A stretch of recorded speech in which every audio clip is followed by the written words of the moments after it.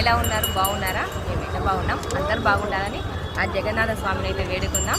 ఇప్పుడు ప్రస్తుతానికి మనం జగన్నాథ స్వామి ఆలయం పక్కకైతే ఉన్నాము. అక్కడ చూడండి ఆలయం కనబడుతుంది, స్వామివారి ఆలయం.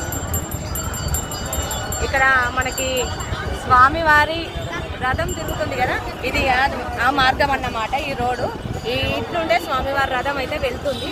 అయితే ఆ రథానికి వాడే చెక్కలు అన్నమాట. ఇప్పుడు అవిట్లయితే చూద్దాం.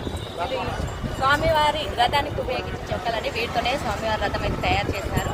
ఇక్కడ నుండే స్వామివారు బయలుదేరుతారన్నమాట. చూడండి ఇప్పుడే రెడీ చేసి పెట్టుకున్నాను. చాలా అదృష్టంగా భావిస్తున్నాను. రథయాత్రకు అయితే నేను రాలేను కాబట్టి ఇది తాకే అదృష్టం అన్న నాకు దక్కింది అనుకుంటున్నాను. అక్కడ ఉన్నాయి చూడండి, 3 భాగాలుగా అయితే కొట్టేసారు ఇక్కడ అక్కడ అన్నమాట.